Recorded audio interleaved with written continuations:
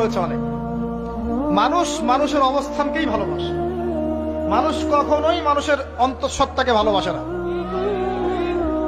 অবস্থান আপনার ভালো, আপনার পিছনে মানুষের অভাব থাকবে না।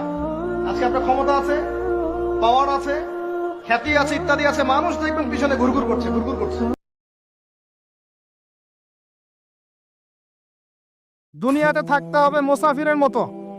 সকালে আছেন, সন্ধ্যার গ্যারান্টি নাই, সন্ধ্যায় আছেন, সকালের গ্যারান্টি নাই। দুনিয়াতে মুসাফিরের মতো। দুনিয়ার প্রেম দূর করতে হবে। 2 নাম্বার, মনের মধ্যে হিংসা রাখা যাবে না। কি রাখা যাবে না? যেটা রাখা আমাদের এখন ফরজ। এই হিংসা রাখা এখন মুসলিমদের ফরজ হয়ে গেছে।